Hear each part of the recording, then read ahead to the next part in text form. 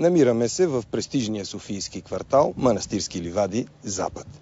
Ливадите са изчезнали отдавна, а на тяхно място се появиха много улици с много дупки. Но не за това ще стане дума. В този прекрасен квартал, в полите на Витоша, в началото на 21 век има все още проблеми с канализацията.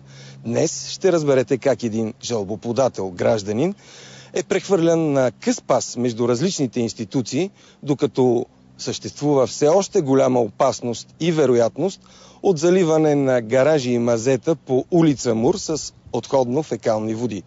Това е частен случай, а аз съм Григор Малинов. Преди 3 години започна изграждането на канал по тази улица Василашко езеро с дължина на канал около 1,3 метра. Тръбата, която беше положена, беше 800 мм на този канал. Заустването на този канал стана ето тук в този канал, в съществуващата тогава канализация по улица Мур, който е 400 мм като диаметър. Нашите притеснения са, че целият канал по трасето на улица Мур може да бъде наводнен, гаражите и мазетата ни да бъдат наводнени с фекалии и мръсна вода и здравето ни да бъде застрашено на десетки семейства. За конкретния случай мога да сезирам и ще сезирам кмета на Столична община и главния архитект, за да може, тъй като те са възложителите, да се предприемат мерки за изчистване на случая и до изграждане на втория етап.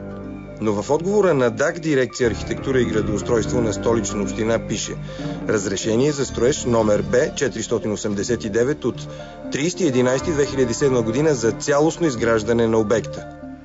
За мен е най-добре колегите, които са издали и разрешителното, и този отговор да коментират, тъй като така или иначе цялата процедура, независимо че се случва на територията на район Витоша, не се е движила от район Витоша. За мен е важно да се подчертая, че реално тези документи ги имаме при нас само и единствено защото район Витоша открива строителните площадки.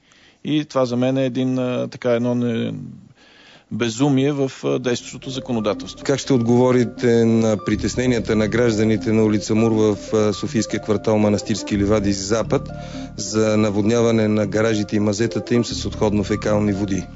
Тези притеснения, които клиентите в участъка на улица Мур имат, всъщност не са състоятелни. Към този момент канализационният колектор, който е с голям диаметър и в момента се влива в малкия диаметър на улица Мур, той не е в експлоатация.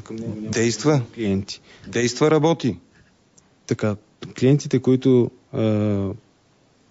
имотите, които са захранени към този колектор, всъщност в момента не са въведени в експлоатация. За нас този колектор не е работещ. Кога ще бъде завършен така наречения втори етап, макар че поетапно не е разрешено според разрешителното за строеж от ДАГ? На практика Софийска вода, освен че е съгласувала този проект, няма ангажимент към неговото изграждане. Той се изгражда от частни инвеститори по договор с Столична община за поръчка. И в момента строителите на този колектор нямат никакви причини да не довършат неговото изпълнение до неговото заустване в колектор на улица Пирин. Ако този канал създава притеснение на клиентите по улица Мур, нямаме никакъв избор. Той ще бъде запушен за периода, в който се построи до края. И така да обобщим.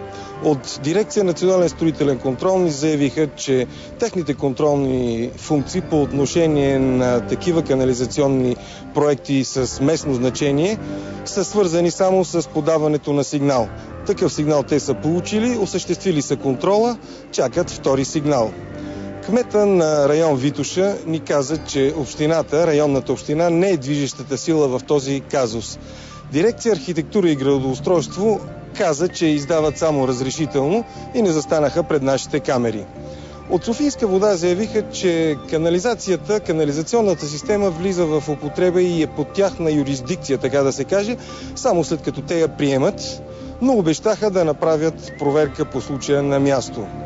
Явно в цялата тази каша е необходимо да се намеси законотворецът и да се направят поредните промени в закона за управление на територията или както бюрократа го нарича ЗУТ.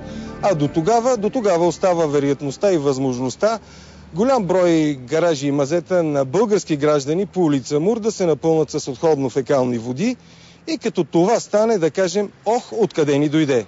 Вие гледахте частен случай, аз съм Григор Малинов.